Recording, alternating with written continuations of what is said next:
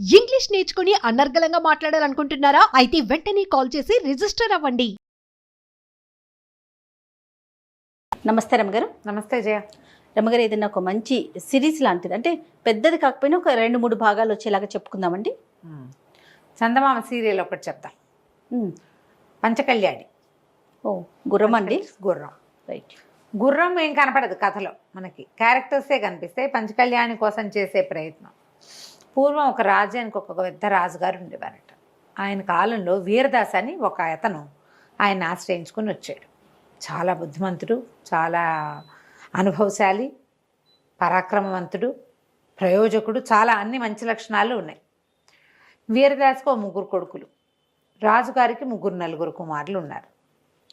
పిల్లలు ఒకేసారి ఇంచుమించుగా ఒక వయసు వాళ్ళే అన్నమాట.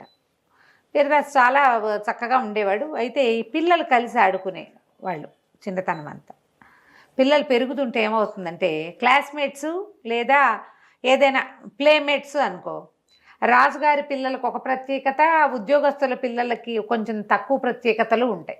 అవును, అంతేగా ప్రయారిటీస్ ఎక్కువ ఉంటాయి కదండి. కదా, వాళ్ళకి ఇచ్చే టాప్ ప్రయారిటీ వేరు, వీళ్ళకి ఇచ్చేది వేరు. అవును, ఆ తేడాలు తెలుస్తూ ఉండేవి. ఏదో చిన్నగా తగాదాలు అవుతూ ఉండేవి. పిల్లల తగాదాలని ఎప్పుడు నాన్నలు వాళ్ళు కల్పించుకునేవాళ్ళు కాదు. ఒకసారి నువ్వా నేనా అని ఒక స్పర్ధ వచ్చింది పిల్లల్లో. వీళ్ళు కొంచెం యువకులు అయ్యారు, మరి చిన్నపిల్లలు కాదు, పెద్దవాళ్లే. 20, 25, 18 అలా, అదే 25 లోపు 18 పైన ఈ 3 కుమారులు రాజుగారి అబ్బాయిలతోటి స్పర్ధ పోరాడారు. ఈ పోరాటంలో ఏమైందంటే రాజుగారి కుమారుల్లో ఒకడు మరణించాడు. అయ్యో, గగ్గోలెత్తిపోయింది రాజ్యం అంతా. పిల్లల్ని తండ్రిని పట్టుకున్నారు. పట్టుకుంటే రాజు అన్నాడు, నేను ఈ పిల్లల విషయంలో ఇలా తప్పు పట్టలేకపోతున్నాను, కానీ నువ్వు ఒకటి ఆలోచించు. నా కుమారుల్లో ఒకరి మరణానికి కారణమైన నీ పిల్లల్ని వదిలేయాలా? ఇది ఆటగా మొదలై మరణానికి దారితీసింది. నేనేం చేయాలి ఇప్పుడు? సరే, ఒక పని చెయ్యి. నీకు అసాధ్యమైన ఒక పని చెప్తా. నీ కుమారులతో సహా వెళ్ళి దాన్ని సాధించుకురా. సాధించుకుని రాలేకపోతే నీకు మరణం తప్పదు, నీకు కుమారులకి కూడా. ఒకవేళ నువ్వు సాధించుకొస్తే నిన్ను నేనేం చేయను, అప్పుడు కూడా నేను నిన్నేం చేయను. కుమారులను మాత్రం దండించి తీరుతాను. సాధించుకొస్తే మిమ్మల్ని వదిలేస్తా. పిల్లల్నే పంపించచ్చు, కానీ అది పిల్లల వల్ల అయ్యే పని కాదు, నువ్వు కూడా చేయాలన్నాడు. సరే, పిల్లలు 3 కుమారుల్ని కాపాడుకోవడానికి వీరదాసు అలాగే మహాప్రభు చేస్తానన్నాడు. అప్పుడు ఏం చెప్పారంటే, వీళ్ళకి కొంత దూరంలో ఉన్న శ్యామల నగరం అనే ఒక నగరం, ఒక రాజ్యం అది. ఆ శ్యామల నగరానికి ఒక బ్రహ్మాండమైన రాజు ఉన్నాడు. అతని దగ్గర ఒక పంచకళ్యాణి గుర్రం ఉంది. ప్రాణం ఒక ఎత్తుగా చూస్తాడట దాన్ని. సాధారణంగా రాజరికాల్లో ఏంటంటే గుర్రాలు, ఏనుగులు, ఎడ్లు, సాధనాలు, రథాలు, వాటికి ఒక ప్రత్యేకమైన స్థానం ఉంటుంది. చాలా ప్రత్యేకంగా చూసుకుంటారు వాటిని. ఇప్పుడు దీన్ని అటు ఇటు చేయడానికి వీల్లేదు.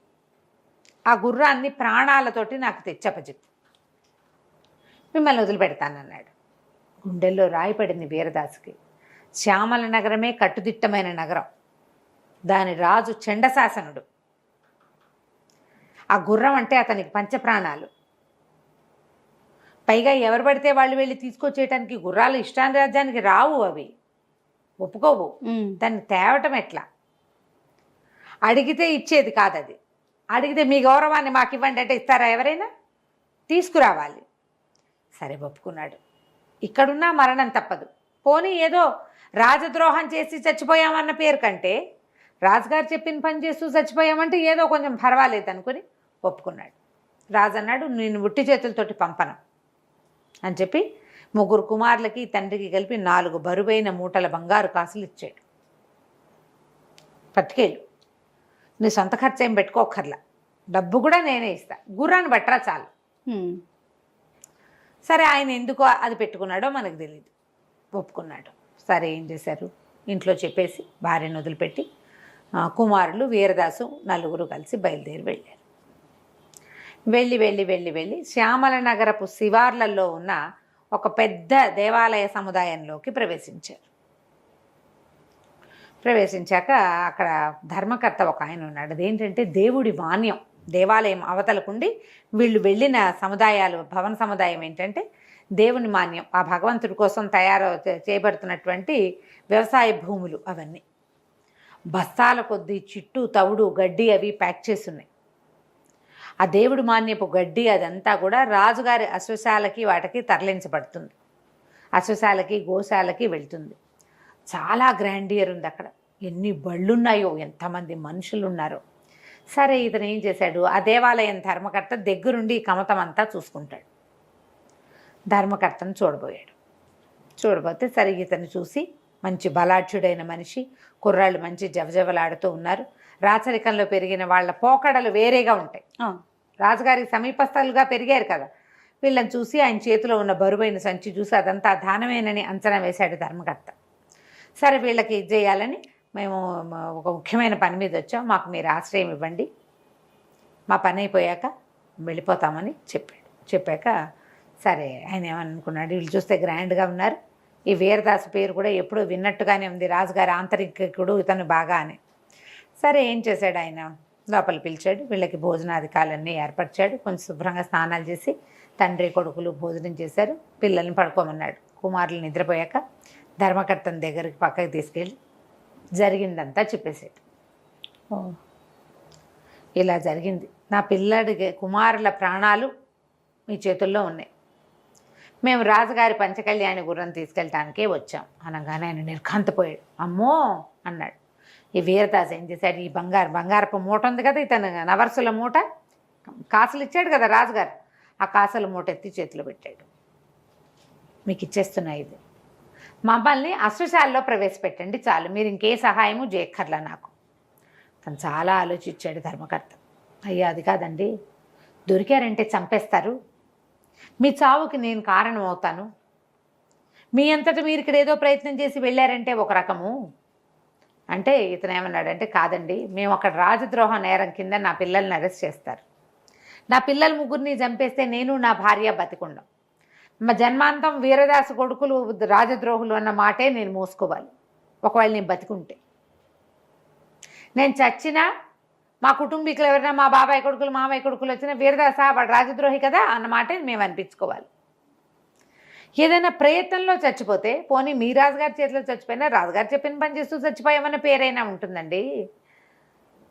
ఇది అసంఘటిత కార్యాన్ని చేయడానికి పూనుకున్నాడు సాహసి వీరదాసు, వాడి కొడుకులు సాహసులు, ఆ పేరు ఎలా ఉంది, రాజద్రోహి పేరు ఎలా ఉంది. కాబట్టి నేను ఇదే కోరుకుంటున్నాను, దయచేసి ఈ డబ్బు ఉంచుకోండి మీ దగ్గర, మీరు మమ్మల్ని ప్రవేశపెట్టండి. అంటే ఆయన బాగా ఆలోచించామన్నాడంటే, మీరు నన్ను నమ్మి ఇంత మాట చెప్పారు, ఇంకొకళ్ళు అయితే మిమ్మల్ని ఇక్కడే అరెస్ట్ చేయించేవాళ్ళు, కానీ ఇది భగవంతుడి మాన్యం, దేవుడికి ఒక మాన్యంలో జరిగే వ్యవహారం అలేవి కారణం లేకుండా జరగవని నమ్ముతాను నేను. చిట్టు తవుడు రోజు చిట్టు పొట్టు వెళ్తాయి ఇక్కడి నుంచి, ఆ చిట్టు బస్తాల్లో కూర్చోబెట్టి మిమ్మల్ని గోతం కుట్టేసి ఆ బళ్ళ మీద వేసేస్తాం. ఇవి అశ్వశాలకే వెళ్తాయి, రేపు ఉదయం వెళ్ళబోతున్నాయి బళ్ళు, చాలా బళ్ళు అందుకే ఉన్నాయి. కూర్చోబెట్టి పంపిస్తాం. పంపించిన తర్వాత మీరు ప్రాణాలతో తిరిగి వస్తే మీ మూట మీరు తీసుకెళ్తారు, కానీ మీ డబ్బులు నాకొద్దు. మీరు తిరిగి రాకపోతే భగవంతుడికి కైంకర్యం చేస్తాను. ఇది మీరు రావాలని శతవిధాలో కోరుకుంటున్నాను. ఇది కోరుకోవటం రాజుగారి గుర్రం పోవాలని కోరుకోవటం అని అనుకోకండి, ఒక నలుగురి ప్రాణాలు దీని మీద ఉన్నాయన్న దీని కొద్దీ నేను ఇట్లా అంటున్నానని చెప్పాడు. సరే అన్నాడు. రాత్రికి పడుకున్నాడు. అయినా తెల్లవారుజామున 4 నిద్రలేపారు. ఒక బస్తాలో కూర్చోబెట్టి మొత్తం చిట్టుతోటి మిగిలిన భాగం అంతా నింపేసి బస్తాలు కుట్టేశారు. కొన్ని వందల బస్తాల మధ్యలో ఈ 4 బస్తాలని, ఈ తండ్రి కొడుకులను కూర్చోబెట్టిన బస్తాలను పెట్టేసి పంపించేశారు. వాళ్ళకి చాకులు ఇచ్చారు లోపల నుంచి కోసుకునేందుకు వీలుగా.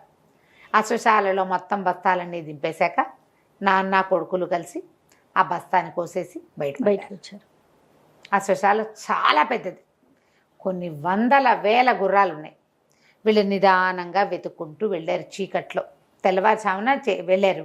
వెళ్తే అక్కడికి వెళ్ళేసరికి మధ్యాహ్నం అయింది. అశ్వశాలలో కోసుకుని ఒక మూల కూర్చున్నారు దొరక్కండా. చీకటి పడ్డాక ఈ పని మొదలుపెట్టారు.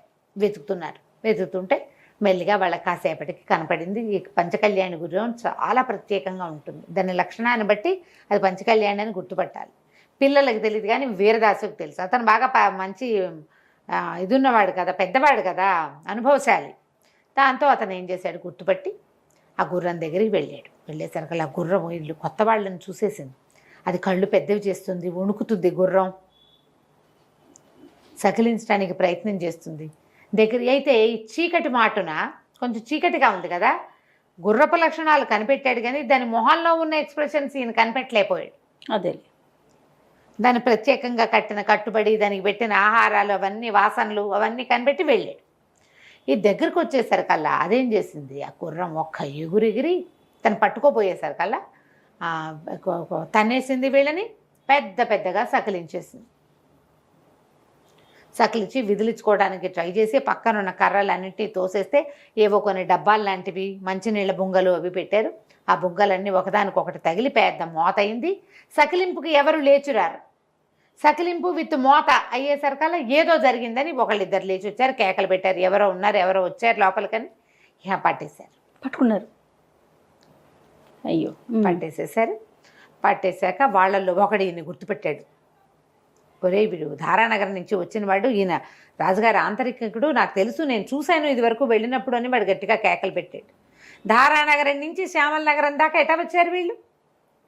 అక్కడి నుంచి పట్టుకున్న నలుగురిని పెడరెక్కలు విరిచి కట్టేశారు. రాజుగారి దగ్గర తీసుకుపోయారు. తెల్లవారేసరికి రాజు సరే కుర్రాళ్ళని నుంచోబెట్టాడు, కానీ ఈయన ధారానగరంలో రాజుగారికి ఆంతరంగికుడు అని తెలిసింది. సైన్యాధిపతి వచ్చి చూశాడు, ఈయనని గుర్తుపట్టాడు. ఓ చిన్న ఉచితాసనం వేయించి కూర్చోబెట్టాడు. ఆయన అడిగాడు, ఇంత ప్రయత్నం ఎందుకు చేశారు మీరు? నా గుర్రం మీద చెయ్యేసిన వాడిని క్షమించను నేను, పైగా మామూలుగా మాకు శిక్షలు ఎక్కువ, మేము చండశాసనుడు రాదు ఆ పేరుంది ముందు, ఎందుకు ఇంత ప్రయత్నం చేశావంటే ఇంక ఏమీ చేయలేక వీరదాసు జరిగిందంతా చెప్పేసి. ఇప్పుడు నీ ప్రాణం ఎక్కడుంది? కత్తి మొన మీద ఉన్నది, నీతో పాటు నీ కుమారులు ముగ్గురు. ఎంత ప్రమాదకర స్థితిలో ఉన్నావు, నీ సాహసానికి నేను మెచ్చుకుంటున్నాను. కానీ ఏముంది, వాళ్ళు అక్కడే పొడి చేసి ఉండొచ్చు, నిన్ను గుర్తుపట్టి వాళ్ళు నిన్ను పట్టుకొచ్చారు. నా గుర్రం తీసుకెళ్ళడానికి వచ్చానని నువ్వు నాకే చెప్తున్నావు, నేను నాకు అత్తి మొన మీద ఉన్నావు కదా నువ్వు. ఇలాంటి ప్రమాదకర స్థితి నీ జీవితంలో ఎప్పుడైనా జరిగిందా? గుర్తు వేసుకుని చెప్పు నాకు. నువ్వు చెప్పిన విషయం నాకు నచ్చితే, అది ఇంత ప్రమాదకరమో అని నేను నమ్మితే, ఇంత ప్రమాదం అని నేను నమ్మితే నీ కొడుకుల్లో ఒకడిని వదిలేస్తా ప్రాణాలతో అని చెప్పాడు రాజు. పాయింట్ ఎంత డిఫరెంట్గా ఉంది. ఇప్పుడు ఈయన ఒక కథ చెప్పాలి, అది రియల్గా జరిగి ఉండాలి, రియల్గా అనిపించాలి, ఇతను కనిపించాలి ముందు, రాజు కనిపించాలి, అప్పుడు వదులుతాడు అనేసరికల్లా ఇతను ఆలోచించాడు. ఇలాంటి ప్రమాదాలు జీవితంలో చూస్తూనే ఉంటామండి. మన జీవితాలు, మానవ జీవితాలు ఎప్పుడూ ప్రమాద పంచుకు వెళ్ళిపోతున్నాడు. ఒక్కోసారి కావాలని మనమే తెలుసుకోకుండా వెళ్ళిపోతాం, అనుకోకుండా మన మీద పడిపోతాయి. నా చిన్నతనంలో ఒక సంఘటన జరిగింది, అది కూడా ఇలాగే ఇట్లాంటి ప్రాణాపాయ స్థితి. చావు తప్పి కన్ను లొట్టపోయి బయటపడ్డాను నేను. అంటే రాజు చెప్పు, నేను ఆ కథ వింటానన్నాడు. బేతాళి కథలాగా అదే సేమ్ అలానే అనిపిస్తుంది. ఇతను చెప్పాడు, నా చిన్నప్పుడు నేను 10 ఏళ్ల పిల్లాడిగా ఉన్నప్పుడు మా నాన్న, మాకు ఆవులు అవి ఉండేవి, మా నాన్న దగ్గర ఆవులు ఉండేవి, ఆయనకి పశుపోషణ చేసేవాడు. అయితే మా ఆవుకు ఒక దూడ పుట్టింది. ఒక ఆవుకి మిగిలిన గొడ్లతో కాకుండా ఆవుని సమీపంలో ఉన్న అడవికి తీసుకెళ్ళి మేపుకురమ్మన్నాడు. ఆవు దూడని తీసుకెళ్ళి, అయితే కాస్త సాయంకాలం అయ్యేసరికి జల్లు పడ్డం మొదలుపెట్టింది, వాన వచ్చేసి. వాన వస్తే భయంతో నేనేం చేశాను, దూడ లేత దూడ కదా, 2 రోజులు అయింది అది పుట్టి, 4 రోజులు. అందుకని గబగబా ఆవును తోలుకొని వెనక్కి వస్తుంటే వాన పెరిగిపోయింది. అక్కడ ఒక గుడిసె లాంటిది ఉంటుంది, మా ఊరికి అడవికి కొంత దూరం ఉంది, కానీ ఇది గుడ్లన్నీ వెళ్ళేంత దూరం కాదు. నేనేం చేశానంటే ఆ గుడిసెలాగా ఉన్న దాంట్లోకి ఆవును తోలి దూడను గబగబా ఎత్తుకుని దాని లోపల తీసుకుపోయాను. ఆవు దూడ నేను ముగ్గురం అలాగే ఉన్నాం. బాగా వాన, ఇంటికి వెళ్ళగలిగే దారి లేదు. దూడకేముంది, తల్లిపాలు ఉంటాయి, నేను కూడా కాసిన పాలు పితుకుని తాగచ్చని ఉండిపోయాను అక్కడే. ఒక రాత్రి వేళ ఒక పెద్ద పిల్లి వచ్చింది, దాని వెనకాల కొన్ని పిల్లులు వచ్చినాయి లోపలికి. పిల్లిని చూస్తే ఏం భయం వేస్తుంది, కానీ పిల్లులు క్రమంగా ఒక రకంగా అరవటం మొదలుపెట్టింది. అవి ఎట్లా అనిపిస్తుందంటే పిల్లులు మాట్లాడుకుంటున్నాయి. ఆ పెద్ద పిల్లి వీళ్ళందరూ సౌండ్లు అన్నీ అయిన తర్వాత చిన్న పిల్లుల అంటే అన్నిటికంటే పెద్దది పైన కూర్చుంది, కొంచెం ఎత్తుగా కూర్చుంది, అవన్నీ కింద కూర్చున్నట్టు కూర్చున్నాయి. ఒకేసారి మూకొమ్మడిగా ఏదో ఆజ్ఞిస్తున్నట్టుగా ఒప్పుకో అంటున్నట్టుగా అరిచాయి అన్నీ. పిల్లి కూడా గొంతు పెద్దది చేసి పెద్దగా అరిచింది. నేను చూస్తూనే ఉన్నా. చూస్తూ ఉండగానే మొత్తం పిల్లులన్నీ ఎగిరి దూకి ఆవు దూడ మీద పడిపోయినాయి. దూడవి చిన్న పిసరు కూడా మిగల్చకుండా తినేసినాయి దూడని. నేను వణికిపోతూ ఆవు చాటు నుంచున్న ఆవు కూడా బిత్తరపోయింది. బెదురు కళ్ళతోటి ఏం చేయాలో తెలియక ఆవు పెద్దదే, అది కూడా అలాగే నుంచునుంది. ఈ తినేయటం అది దానికి అర్థం కాల. మళ్ళీ పిల్లులన్నీ అరవటం మొదలుపెట్టినాయి. వాటికి ఆకలి తీర్ల. పెద్ద పిల్లి కూడా గట్టిగా అరిచింది. మొత్తం పిల్లులన్నీ ఆవు మీద పడ్డాయి. దాని ఎముకలు కొమ్ములు గిట్టలు తప్పిస్తే ఏమీ మిగల్ల. నేను ఆ గుడిసెలో ఒక మూలకి దూరి కూర్చున్నాను. ఏం చేయాలో తెలియట్లా. బయట జోరున వాన, అడవి. మా ఇల్లు చాలా దూరం కాదు, కానీ ఈ వానలో అడవిలో బయటికి వెళ్తే నేను ఏమవుతానో నాకు తెలియదు. దానితో ఈ పిల్లుల మధ్య నుంచి ఎట్లా పారిపోవాలో తెలియదు. అవేమో గుమ్మానికి ఎదురుగుండా ఉన్నాయి. ఆవైపోయింది. పిల్లులన్నీ మళ్ళీ అరవటం మొదలుపెట్టినాయి. పెద్ద పిల్లి గట్టిగా అరిచింది. నాకు తెలిసింది ఇక నాదే, నా వంతే. ఇక నా ప్రాణం ఎక్కడుంది? కత్తి మొన మీద కాదు, పిల్లి కోర మీద ఉంది నా ప్రాణం. నేను జరిగి మూలకి జరిగేటప్పుడు నాకు తెలిసింది దానికి ఇట్లా కమ్మల్లాగా పాతి పెట్టారు. ఆ కమ్మల మధ్యలో నా వీపు ఇరుక్కుంది. అంటే నేను పడతానన్నమాట అందులో. నేను ఇంకా కొంచెం కమ్మలు తోసేసి గబుక్కున ఒక్క ఉదుటన బయటకు వచ్చేసాను అందులో ఇంచి, గుడిసెలోంచి. ఊరు వైపు కాకుండా రెండో వైపుకి పరిగెడితే పిల్లులు నేను లేనని తెలుసుకున్నాయి. అవి కూడా అన్నీ, కొన్ని ఏమో ఆ కంతలో నుంచి కొన్ని వచ్చినాయి, కొన్ని పక్క నుంచి వచ్చినాయి. పిల్లులు ఇంకా నా వెంటపడ్డాయి. అయితే నేను ఆవును తోలుకెళ్ళేటప్పుడు నా చేతికి అంత చేపాటి కర్ర, ఓ ఇంత బాకు ఉంటాయి మాకు, బొడ్లో బాకుంది. ఆ కర్ర పుచ్చుకుని పరిగెత్తాను నేను. పరిగెత్తి పిల్లులు దగ్గరకు వచ్చేస్తుంటే ఒక నిడుపాటి చెట్టు ఎక్కేసా. పైన ఎక్కి కూర్చున్నాను. ఒక్కో పిల్లి ఎక్కటం మొదలుపెట్టాయి. దగ్గరకు వచ్చిన పిల్లిని దగ్గరకు వచ్చినట్టుగా 3-4 పిల్లుల్ని కర్రతో కొట్టేసా, బాకుతో పొడిచేసాను నేను. పిల్లులు కింద పడిపోయాయి. అక్కడి నుంచి పిల్లులన్నీ చెట్టు చుట్టూతా చేరి నిలబడి ఉన్నాయి కింద. కొన్ని పోయినాయి, 3 పోయినాయి. 2-3 కొట్టేశాను. మిగిలినవి అక్కడి నుంచి అరవటం మొదలుపెట్టినాయి. ఆ వాన, ఆ చెట్ల మీద దిక్కులేని పరిస్థితుల్లో చచ్చిపోయిన ఆవు దూడ కంటి ముందు కదులుతున్నాయి. నా చావు అట్లా కనపడుతోంది నాకు. పిల్లి పైకి రాదు. ఇంకా తెల్లారేదాకా కూర్చున్నానంటే సరిపోతుంది అనుకున్నా. కానీ పిల్లులు మళ్ళీ మూకొమ్మడిగా అరవటం మొదలుపెట్టినాయి. ఆ పెద్ద పిల్లి ఏదో చెప్పింది. చెప్పేసరికి అది అరుస్తోంది. పిల్లులు ఏం చేసినాయంటే ఓ పక్క నుంచి గోళ్లతో కాళ్ళతోటి తవ్వటం మొదలుపెట్టినాయి. చెట్టు వేర్ల దగ్గర నుంచి పెకలించడం మొదలుపెట్టింది. ఇంకా మామూలుగా లేదు. ఒక్క వేరు లాగేస్తుంటే ఆ చెట్టు, ఇంత పొడుగ్గా ఉన్న కన్నటి పొడుగాటి చెట్టు ఓ పక్కకి ఒరిగిపోవటం మొదలుపెట్టింది. అయితే ఈ పిల్లుల అరుపులు, నేను కేకలు నావి ఎంత దూరం పరిగెత్తానో నాకు తెలియదు. ఎక్కడికో వెళ్ళే కదా, ఆ చెట్టు ఎక్కడో ఉంది. అయితే ఈ కేకలకి ఈ మొత్తం వేళ్ళన్నీ తెగిపోయి చెట్టు కిందకి పడిపోయే టైంకి నేను ఎక్కిన చెట్టు తాలూకు అవతల భాగంలో ఒక పల్లెటూరు ఉంది. ఒక 40 మంది తండా ఉన్నారు అక్కడ. ఈ పిల్లరుపులు, కుర్రాడి అరుపులు వినపడుతూ ఉండేసరికల్లా వాళ్ళల్లో కొంతమంది లాంతర్లు, కత్తులు పుచ్చుకొని పరిగెత్తుకుంటూ వచ్చారు. చెట్టు కింద పడింది. నేను కింద పడిపోయి ఆ పిల్లులకు దొరికేశాను అనుకున్నా. ఇంచుమించు 5-6 పిల్లులు ఎగిరి మా మీదకి లంఘించినాయి. ఒక్క పిల్లికి నేను దొరికిపోయినట్టే. ఆ వెనకాల నుంచి వస్తున్న వాళ్ళలో ఒకడు లాంతర్ విసిరేసేసరిగా భగ్గుమంది లాంతరు. ఆ మంటలో కుర్రాడిని నేను కనపడ్డాను వాళ్ళకి. వాళ్ళంతా పెద్ద కేకలు పెట్టి ఆ రాళ్ళు రప్పలు చేతిలో ఉన్నవి విసిరేసి, నాకు కొన్ని దెబ్బలు తగిలినాయి. కానీ పిల్లులు మాత్రం పారిపోయింది. ప్రాణాలు కడబట్టిపోయి భయంతో పడిపోయి ఉన్న నన్ను వాళ్ళు ఎత్తుకుని తీసుకుపోయారు. 3-4 దెబ్బలు తగిలినాయి. పిల్లి గీరేసింది కొన్ని చోట్ల నన్ను. ఆ దెబ్బలు మాన్పి తెల్లవారిపోతూనే మందు రాసి మా ఇంటికి చేర్చారు. ఇది నాకు 10 ఏళ్ల లోపల జరిగింది ఈ సంఘటన.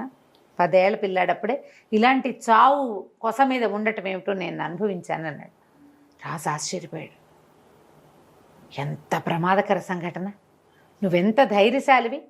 భగవంతుడు నీకు అవకాశం ఇచ్చాడు కదా. రెండోది, సరే నేను కూడా నీకు అవకాశం ఇస్తాను. నీ చిన్న కడుకును వదిలేస్తున్నా, వాడిని నేనేం చెయ్యి. ఇంకేమైనా ప్రమాదకర సంఘటనలో నువ్వు ఉన్నావా? అదేమిటో నాకు చెప్పు అన్నాడు.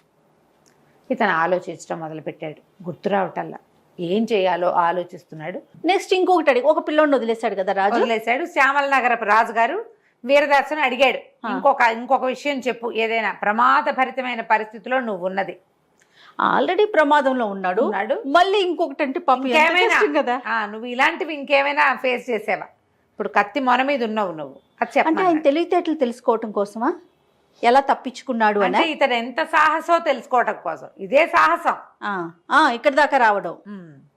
అయితే ఏం చెప్పాడంటే, నేను కొంచెం యువకుడిని అయ్యాక, వీరదాస్ చెప్తున్నాడు అనమాట, చిన్నప్పుడు నేను ఆ ప్రమాదం తప్పించుకున్నా, కొంతకాలం పాటు నేను అడవికి వెళ్ళాల, తర్వాత పెద్దవాడిని అయ్యా క్రమంగా, ఇంకా అది మర్చిపోయాను. ఊళ్ళలో అందరూ చెప్తారు ఇలాంటివి ఏవో జరుగుతుంటాయి జీవితంలో, ముందుకు వెళ్ళిపోవాలని. వెళ్ళిపోమా, యాక్సిడెంట్లు అయ్యి కోలుకుంటారు, మళ్ళీ బండెక్కరా, ఇంకా అదే కదా ఎక్కుతారు, విమానాలు ఎక్కరా ఎక్కుతారు, పడవల మీద వెళ్ళే వాళ్ళు కూడా అంతే, చావుదొప్పి కనలొట్టపోయి కాస్త ఒప్పుకొచ్చాక మళ్ళీ పోతారు. ఈయన కూడా అట్లాగే అయ్యాడు. అయితే కొంచెం యువకుడిని అయ్యాను, కొంచెం పెద్దవాడు అయ్యాక నాకు ఎప్పుడు కొండల మీదకి ఎక్కటం అవి ఇష్టంగా ఉండేది. పెద్ద తోడు గీడు నేను వాంఛించేవాడిని కాదు. ఆకుపచ్చగా ఎత్తుగా ఉన్న కొండలు చాలా ఆకర్షించేవి. ఓసారి ఒక చుట్టాల ఊరు వెళ్ళాను నేను. వెళ్తే ఆ ఊళ్ళో కొంచెం బలాదూరు తిరుగుతారు పిల్లలు, ఏముంది అలా తిరుగుతూ ఉండగా దూరంగా ఒక ఆకుపచ్చటి కొండ చాలా ఆకర్షించింది నన్ను. పర్వత ప్రాంతం చాలా బాగుంది. నేను ఆ పర్వతం మీదకి ఎక్కగా ఎక్కగా ఎక్కగా ఒక కనుమలోంచి పొగ వస్తుంది, ఒక చోట్లోంచి. అదేంటి కనుమ అట్లా ఎత్తుగా ఉండి ఒక లోతుగా ఉంది, ఆ లోతులోంచి దాన్నే కనుమ అంటారు. అవునవును, పర్వత కనుమలు అంటాం కదా. ఆ కనుమలోంచి పొగ వస్తుంటే అక్కడ ఏముందో చూద్దాం అనుకున్నాను. నేను ఎక్కుతున్న కొండ మీద నుంచి పక్కకి మళ్ళీ ఆ కనుమ వైపుకు వెళ్ళాను. శిఖరం దాకా ఎక్కి లోపలికి చూస్తే ఆ దూరం నుంచి దూరంగా కనపడుతున్న పొగ దగ్గర నుంచి రావటం మొదలుపెట్టింది. ఆ చూసే సమయంలో పొగ ఎక్కువగా వచ్చి నేను ఉక్కిరి బిక్కిరైపోయి కనుమ వైపుకి దొర్లి పడిపోయాను.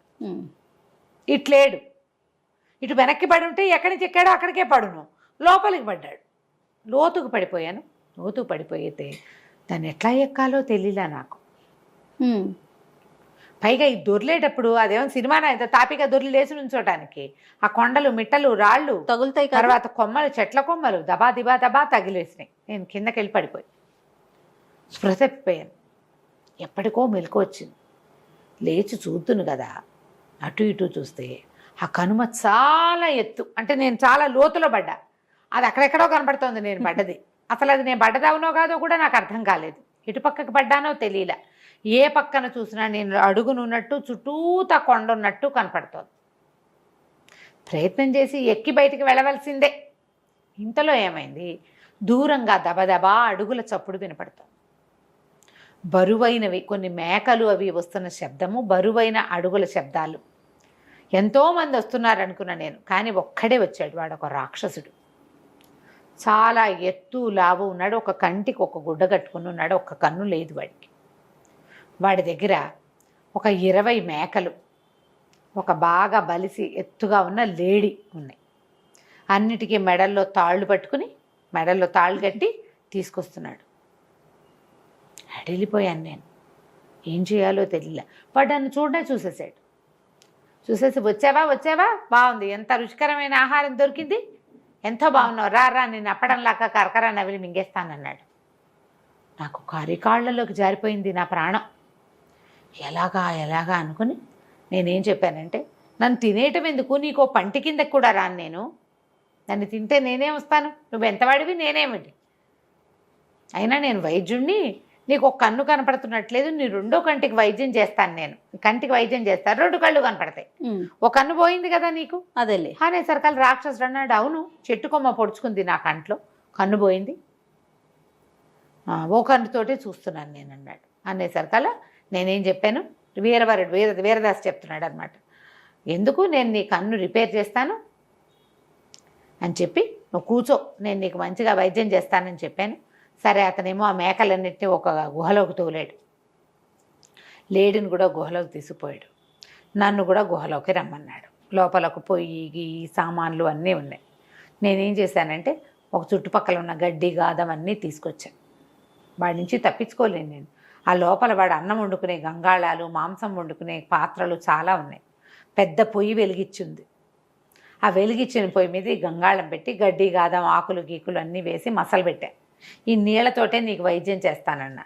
వాడు వైద్యం చేయించుకోవడానికి చక్కగా కింద కూర్చుని నేను పట్టుపాడిని. వాడు రాక్షసుడు 8 అడుగులు 9 అడుగులు ఉన్నాడు, నేను 5 6 అడుగులే ఉన్నా, 5 5.5 అడుగులు ఉన్నా. ఇంకా కుర్రాడు 18 ఏళ్ళ వాడు కింద కూర్చుని నాకు కంట్లో మందేయించుకోవటం కోసం రెడీగా కూర్చున్నాడు. నేను ఆ నీళ్లు కలుపుతున్నట్టు, నీళ్ళు వాసన చూస్తున్నట్టు, రుచి చూస్తున్నట్టు బోల్డ్ అంతా వేషం వేశాను. అక్కడ మేకలు లేడీ వాటి దారిన అవి ఉన్నాయి. వీడు తప్పిస్తే ఇంకెవ్వరూ లేరు. నేనేం చేశానంటే ఆ వేడి నీళ్ళలో కంటికి ఆవిరి పెడుతున్నట్టుగా నటించి నా దగ్గరున్న చిన్న బాకుతోటి 2వ కన్ను కూడా పొడిచేసేవాడిది. పొడిచేసరికి పెద్ద పెద్ద కేకలు పెట్టేశాడు రాక్షసుడు. ఊరు దుర్మార్గుడా, నిన్ను నమ్మితే ఓ కన్ను లేనివాడిని 2వ కన్ను కూడా లేకుండా చేసావా, నేను చంపేస్తానని చేతులు విసిరాడు. నేను అందలేదు, గుహలోంచి పారిపోయాను. కానీ రాక్షసుడు, వాడికి అలవాటైన ప్లేస్ కదా, వాడు ఆ పోయిన ఒక తన్నుదాన్ని పరిగెత్తుకుంటూ వెళ్ళి గుహకు అడ్డంగా కూర్చున్నాడు. నేను గుహలో ఇరుక్కుపోయాను, బయటికి పారిపోలేను. వాడు కన్ను కనపడితే నా వెంట పడతాడు. 2వ కన్ను పొడి చేసి పారిపోదాం అనుకున్నా. వాడేమో గుహ గుమ్మానికి కూర్చున్నాడు. నేనేం చేయను, ఆ మేకల వెనకాల నక్కి కూర్చున్నాను. అక్కడ ఏవీ తినటానికి లేవు, తిండి లేదు, తిప్పలు లేవు. రాత్రంతా ఉన్నాను అలాగే. వాడు అలాగే కూర్చున్నాడు. వాడు కూర్చుని ఉన్నాడు. తెల్లవారింది. తెల్లారేసరికల్లా ఆ రాక్షసుడు నెచ్చురు కారుతున్న 2వ కంటిని తుడుచుకుంటూ, ఏరా బతికే ఉన్నావా, ఇద్దరు లేచావా అని కేకలు పెట్టాడు. లేచానన్నాను. సరే ఉన్నవాడు ఎలాగూ ఉన్నావు కదా, నా మేకల్ని తోలు బయటికి, నిన్ను ఎలాగూ తినేస్తాను నేను, ముందు మేకల్ని బయటికి తోలేమన్నాడు. అప్పుడు నాకు ఒక ఐడియా వచ్చింది. నేనేం చేశాను, నా దగ్గర బాకుంది కదా, నిశ్శబ్దంగా లేడీని చంపేశాను. చంపేసి ఈ మెల్లిగా దాన్ని తోలు వచ్చేసాను. ఎలాంటి పని చూడదు. అక్కడి నుంచి మేకల్ని వదలమన్నా కదా అని గదమాయించాడు నన్ను. గదమాయించగానే నేనేం చేశాను, ఒక్కో మేకని వదలటం మొదలుపెట్టాను. ఓ మేకను వదిలిపెట్టాను. మొదటి మేక అది ఎగురుకుంటూ గుహం వైపుకి వెళ్ళింది. గుమ్మం వైపుకి వెళ్ళంగానే ఈ రాక్షసుడి దగ్గరికి వస్తున్న దాన్ని ఇట్లా గట్టిగా కావలించుకున్నాడు. కావలించుకుని, తెల్లమేక నువ్వేగా, నువ్వు నన్ను చూడలేవు, నేను నిన్ను చూడలేను, కానీ నువ్వు నన్ను చూడగలవు కదా, బాగున్నావు కదా, సరే వెళ్ళన్నాడు. వీడు మేకల్ని వాటిని ఏం చేయలేదని నమ్మకానికి అనమాట మేకను వదిలిపెట్టాడు. నేను ఈ లోపల లేడి తోలు ఒలుస్తూనే, లేడేమిది దాన్ని నోరు కట్టేసి చంపేశాడు. అది అరవడానికి వీల్లేదు. మేకలు మామూలుగా మేమే అంటాయి, వాటికి చంపటాలు నరకటాలు ఏమి అర్థమై చావు, మామూలుగా ఉంటాయి. 20 మేకల్ని ఒక్కో మేకని 5 నిమిషాల గ్యాప్లో వదిలిపెడుతూ ఆ సమయం మొత్తంలో లేడి చర్మాన్ని మొత్తాన్ని ఒలిచేశాను.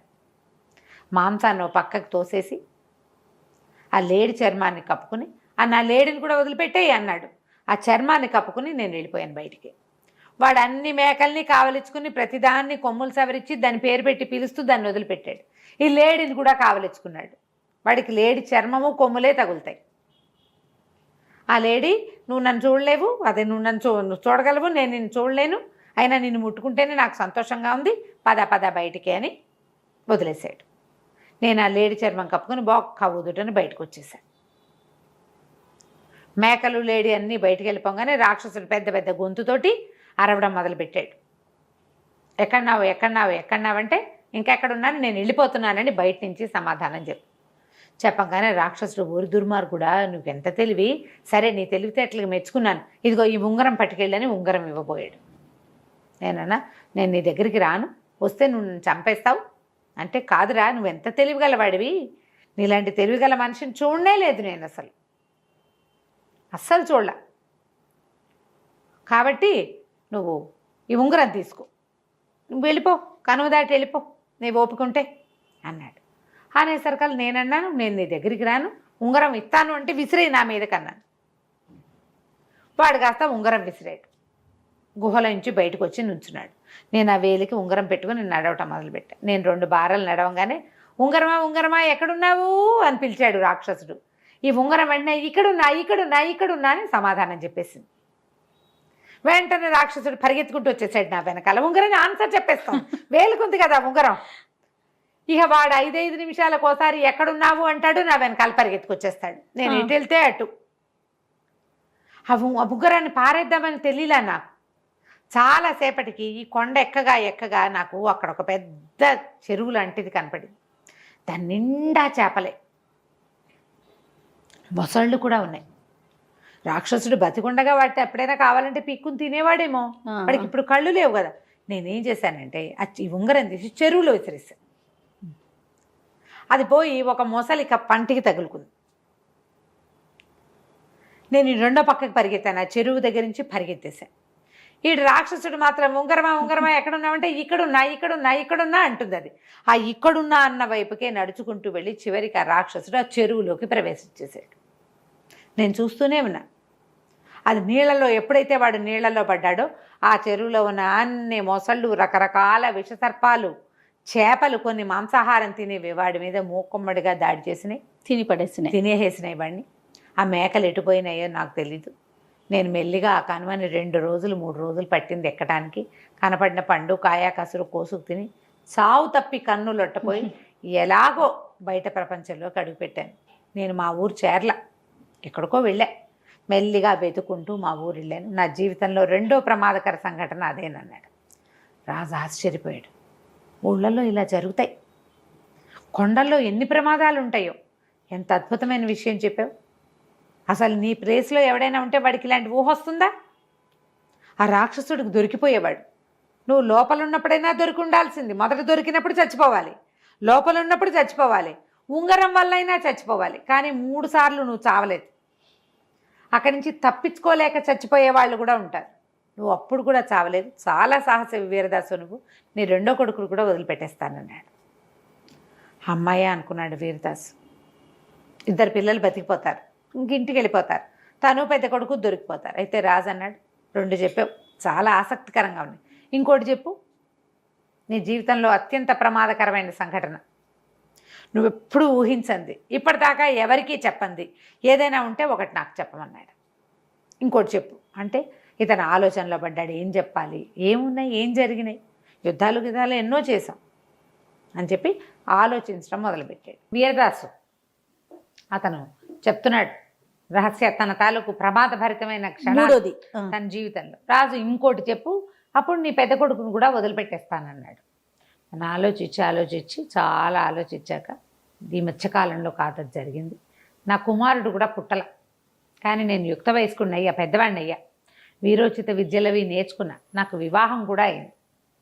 అయితే ఒకనాటి సాయంకాలం ఒక వ్యాహ్యాళిగా ఊరికే అలా సాయంకాలపు సరదాకి సముద్ర తీరానికి వెళ్ళాను నేను.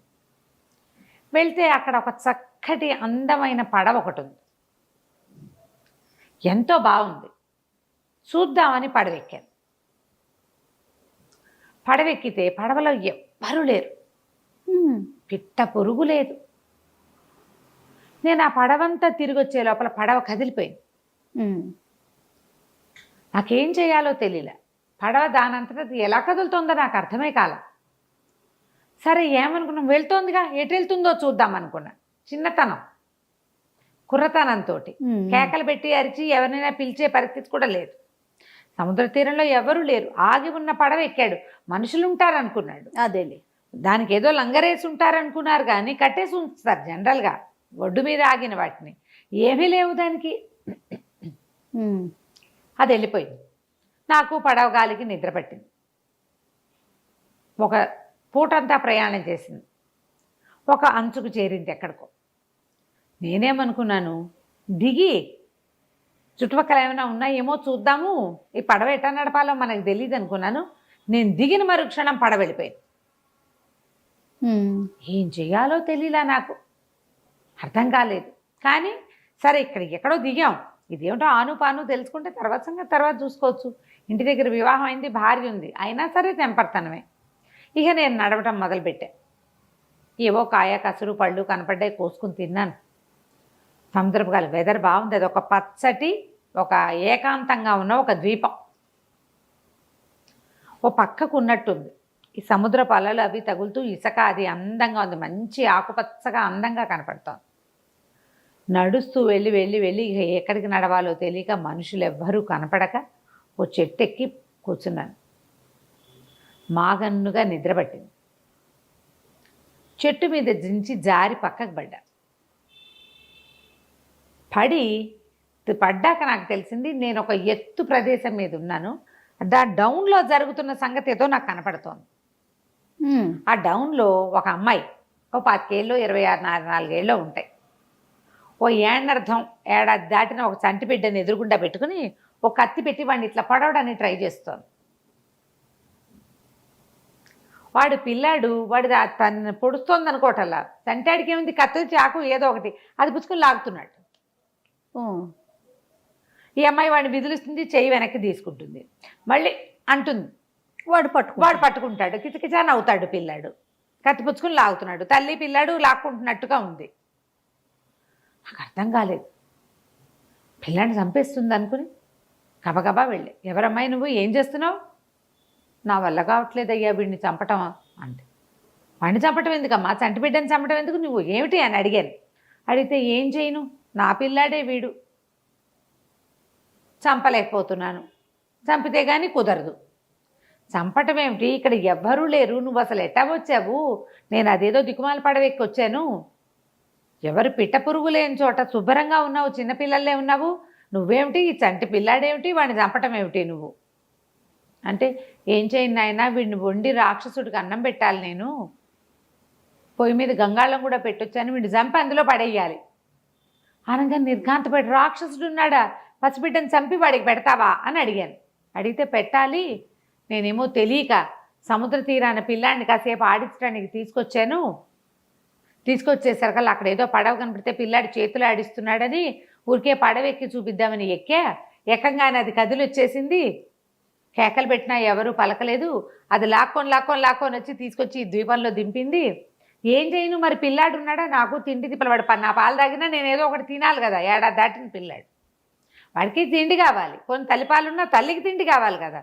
దిగాను, అంతా వెతికేసరికల్లా ఇక్కడ ఒక రాక్షసుడికి దొరికిపోయాను, వాడికి ఏమైనా వండి పెట్టాలి, వంట చేసి పెడుతున్నాను, పిల్లాన్ని చంపి పెడతావా పెట్టవా అంటున్నాడు, చంపి పెడతానన్నాను, ఆ పెడతానంటే వీడిని చంపలేకపోతున్నాను పసిపిల్లాడిని అని వలవలా ఏడ్చింది.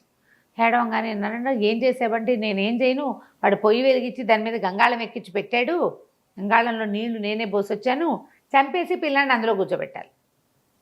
సరే పద ముందు అక్కడికి వెళ్దామని చెప్పి ఆ చంటి పిల్లాడిని తల్లిని పుచ్చుకుని ఆ గంగాళం దగ్గరికి వెళ్ళాను. వెళ్ళేసరికల్లా అక్కడికి గంగాళం కింద మంట పెట్టి నీళ్లు మా సలసల్లాడిపోతాయేమని మంట అమ్మాయి చిన్నది చేస్తోంది, వాడు వచ్చి పెద్దది చేస్తున్నట్టు రాక్షసుడు. మంట పెరిగితే ఇంత పెద్ద గంగాళం అది మరగాలి కదా. సరే ఈ విధేం చేశాడు, దగ్గరికి వెళ్ళి చూసేసరికల్లా రాక్షసుడు ఇంకా దగ్గర లేడు. గంగాళం నేనేం చేశాను, మంట కొంచెం చిన్నది చేసి పిల్లాడిని అవతల ఎక్కడైనా దాచేయి గంగాళంలో పెట్టానని చెప్పు అని పోయి నేను గంగాళంలో కూర్చున్నాను. ఆ గంగాళంలో వీరవరాశ ఎక్కి కూర్చున్నాడు, గంగాళం మీద మూత వేసుకుని లోపల కూర్చున్నాడు. ఏదో కాస్త వేడిగా ఉంటుంది అంతే కదా, సన్న మంట, ఆ గంగాళం ఇత్తడికి అది వేడెక్కాలి కదా. సరే ఇతను ఏం చేశాడు, కింద 2 చెక్కముక్కలు ఈ చెట్టు కొమ్మలు విరిచి గంగాళంలో పడేసి అందులో కూర్చున్నాడు. కూర్చునేసరికి రాక్షసుడు వచ్చాడు ఇందులోకి. చంపేశావా అని అడిగాడు. చంపాను, ఇందులో పడేశాను అంతే. సరే అని వాడు వచ్చి దగ్గర కూర్చుని మంట పెట్టడం మొదలుపెట్టాడు. దగ్గర కూర్చుని మంట పెడితే కాలదు. ఈ అమ్మాయికి ఏం చేయాలో తెలియదు, అమ్మాయి అటు ఇటు తిరుగుతాను, దానికి ఏం చేయాలో తెలియట్లా. నేనేమో గంగాళంలో ఉన్నాను, క్రమంగా నీళ్లు వేడెక్కి కాళ్ళు కాలిపోవటం మొదలుపెట్టినాయి. 2 చెట్ల కొమ్మలు వేసాడు, ఎంతసేపు కాస్తాయి అవి, అదే కదా, వేడికి మెల్లిగా వేడెక్కిపోతాయి కదా. అయితే ఇంతలో ఏమైంది, రాక్షసుడు కొద్దిగా వాడికి ఆ పొయ్యి పక్కన కూర్చున్నాడు కదా, మాగన్నుగా నిద్ర పట్టింది. వాడు ఎప్పుడైతే నిద్ర పట్టిందో ఈ అమ్మాయి గబుక్కన గంగాళం మూత తీసింది. పడుకున్నాడు, లేచి వచ్చేయమని ఆ కాలిపోతున్న గంగాళం నుంచి ఎట్టాగొట్టా బయటపడ్డా నేను. బయటపడేసి చూస్తే వాడేమో నిద్రపోతున్నాడు. ఈ అమ్మాయి పిల్లాన్ని ఎత్తుకుని ఒక పక్కన నుంచింది. ఏం చెయ్యాలి మాకు తెలియదు, ఎలా బయటపడాలి, ఎట్లా బయటపడాలో తెలీదు, ఎటు వెళ్తే వాడు ఏం చేస్తాడో తెలియదు. సరే ఇంతకీ ఏం చేసాం, ఈ లోపల అమ్మాయి ఆ మోతలు ఉన్న బల్లెని చూపించింది. ఆ బల్లెని చూపించి ఈ రాక్షసుడిని ఏదైనా చేయమని సైగ చేసింది. నేను అటు వెళ్ళి ఆ బల్లెని తీసుకొచ్చుకున్నా. రాక్షసుడు గాఢంగా నిద్రపోతున్నాడు. మొదట మాగన్నుగా పట్టింది నిద్ర, ఒళ్ళెరక్కండా పడుకున్నాడు. వాడు అన్నం తిండి తయారవుతోంది, నరమాంసం తినచ్చు అన్న ఉద్దేశంతో ప్రశాంతంగా పడుకున్నాడు. సరే నేను అటు ఇటు చూసి ఇంకెవరైనా ఉన్నారా ఏమిటి అమ్మాయిని అడిగా. ఎవరు లేరు, అక్కడ ఒక్క రాక్షసుడే ఉన్నాడు. ఆ పడవ వాడిదే. అదే ఇట్లా పిచ్చి మొహాల్లో ఉన్న మనుషుల్ని తీసుకొస్తుంది, దానికి వేరే దారి లేదు. ఆ పడవ నుంచి పడవ తప్ప దానికి రెండో దారి లేదు. అది రోజు లేదా కొన్ని వారానికి ఒక రోజు అక్కడికి వస్తుంది. నిర్ణీత సమయం తర్వాత నడిచి వచ్చేస్తుంది, మళ్ళీ వెళ్తుంది. మళ్ళీ వస్తుంటుంది ఆ పడవ అట్లా తిరుగుతుంటుంది. ఏ పిచ్చి విధమైన అందులో ఎక్కితే అది ఇక్కడికి వచ్చేస్తుంది. అట్లా ఆ అమ్మాయి వచ్చింది. 3 రోజులు తిరిగేసరికో వారం తిరిగేసరికో నేను కూడా వచ్చాను. సరే ఆ బల్లెని తీసుకున్నాను. అలాగా ఇటు పక్క నుంచి నిలబడి ఆ రాక్షసుడి తలలో ఇంచి మొహం మీద నుంచి నేలలోకి పాతుకుపోయేలాగా ఆ బల్లెని వేసి గుచ్చేశాను. రాక్షసుడి మొహం నేలకి తాపటం పెద్దవాడు కళ్ళు తెరిచి కూడా నన్ను చూడలేకపోయాడు. గిలగిలా కొట్టుకుని మరణించాడు. సరే అక్కడే ఉన్న బేవో కాయ కసురు ఆ అమ్మాయి వంట చేసుకుంటోంది. కాస్త అన్నం పెట్టింది నాకు. పిల్లాడిని ఎత్తుకుని ఉంచుంది. ఏం చేయాలి మేము సముద్ర తీరం వైపుకు వెళ్ళిపోయాం ఇద్దరం కలిసి. చూద్దాం ఏం జరుగుతుందని. విచిత్రంగా మమ్మల్ని ఇద్దరిని అక్కడికి తీసుకొచ్చిన పడవ రెడీగా నుంచుంది అక్కడ. అదేం చేస్తుంది, ముందు మనుషులు తిరిగే తీరం వైపుకి వెళ్తుంది. అది అక్కడ ఎవడైనా ఎక్కితే తీసుకొచ్చేస్తుంది. ఎవరు ఎక్కకపోయినా సరే దాని టైం అయ్యాక దాని అంతటా అది వచ్చేస్తుంది. అలా అలవాటుగా తిరుగుతోంది అనమాట. షట్లింగ్ చేస్తుంది అది. గభాలను మేమిద్దరం ఆ పడవలోకి ఎక్కేసాం. ఆ అమ్మాయి చంటి బిడ్డని ఎత్తుకుని వచ్చేసింది. ఇద్దరం ఎక్కాం. సముద్ర తీరంలో దిగాం. ఆ అమ్మాయి పిల్లాన్ని ఎత్తుకుని వెళ్ళొస్తానని చెప్పి వెళ్ళిపోయింది. ఆ అమ్మాయి ఎవరో కూడా నాకు తెలియదు. పిల్లాడు మాత్రం ముద్దులు మూటకట్టే పిల్లవాడు ఏడాది దాటిన వాడు. నేను ఇంటికి వచ్చాను. ఆ తర్వాత మా నాన్నతోటి ఇవన్నీ చెప్తే ఇట్లాంటి ప్రమాదాల జోలికి వెళ్ళొద్దు, ఈసారి తప్పించుకున్నావు, ప్రతిసారి నీకు భగవంతుడు అవకాశం ఇవ్వడన్నాడు అని చెప్పేసరికల్లా ఈ రాజుగారు ఒక కుర్చీలో కూర్చొని మాట్లాడుతున్నారు కదా, రాజు వీరదాసు. రాజుగారి కుర్చీ వెనకాల నుంచి ఒక నడివయసు ఆవిడ వచ్చింది. వీరదాసు బాగున్నావా, నువ్వు రక్షించిన పిల్లాడు వీడే అని రాజు చూపించింది. అబ్బా చూపించి, మరి నాయన వాళ్ళ నా ప్రాణాల రాక్షసుడి దగ్గర నుంచి నిన్ను నన్ను రక్షించిన వాడు ఇతనే, ఆ పడవలో తీసుకొచ్చి వదిలిపెట్టాడు, ఆ రాక్షసుడిని చంపి నిన్ను రక్షించాడు అని చెప్పి చాలా సంతోషించింది. సూపర్. రాజు ఆశ్చర్యపోయాడు. నేను ఈ కథని మా అమ్మ దగ్గర కొన్ని వేల సార్లు విన్నా, కానీ ఇలాంటివి ఎప్పుడైనా జరుగుతాయా అని చాలా ఆశ్చర్యపోయాను. ఇది నిజంగానే జరిగిందని నేను ఇవాళ నిజంగా నమ్ముతున్నా. మా అమ్మ చెప్తే నిజమే, కానీ ఎక్కడో ఒక అపనమ్మకం ఉండేది. నీకు వచ్చిన ప్రమాదాలు విచిత్రమైనవి, కానీ నువ్వు ఎంత ధైర్యంగా వాటిలో నుంచి బయటపడ్డావు. చాకచక్యంగా మీ అబ్బాయిని వదిలిపెట్టేస్తున్నా. నీ ప్రమాదాన్ని నమ్మాను నేను. తర్వాత నిన్ను కూడా నమ్ముతున్నా. నీ వల్లే ఇవాళ నేను రాజుగా ఉన్నా. ప్రాణాలతో ఇవాళ నీ సాహసం కూడా నాకు చాలా నచ్చింది. నీ 3 కుమారులను కాపాడుకోవటం కోసం నువ్వు ఇంత పని చేయటానికి, ప్రాణానికి ఇదయ్యి నలుగురు చచ్చిపోవడానికి కూడా సిద్ధపడి, రాజద్రోహ నేరం కాకుండా ఏదో రాజాజ్ఞ నెరవేరుస్తూ చచ్చిపోవడానికి సిద్ధపడిన నీ సాహసం నాకు ఎంతో నచ్చింది. నా పంచకళ్యాణి నీదే, పట్టుకెళ్ళిపో. నా దగ్గర ఎన్నో అనేకమైన అమూల్యమైన రత్నాలు ఉన్నాయి మా ఖజానాలో.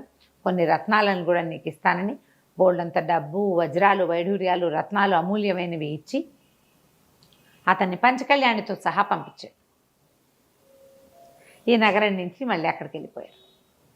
సొంత ఊరికి వెళ్ళేసరికి ధారానగరానికి రాజుగారు చాలా సంతోషించి, నీలాంటి సాహసం ఉండాలి, పిల్లల తగాదాల వల్ల ఇలాంటి ప్రమాదం వచ్చింది, ఇక ముందు ఇలాంటి ప్రమాదాలు రాకుండా చూసుకుందాము, నువ్వే నా ఆంతరంగిక సలహాదారుగా ఉండుగానని చెప్పేసి ఆ పంచకళ్యాణిని ఉంచుకుని ఇతన్ని కూడా తన కుమారులతో సహా తన ఆస్థానంలోనే మళ్ళీ అట్టు పెట్టుకున్నాడు. కథ కంచికి మనం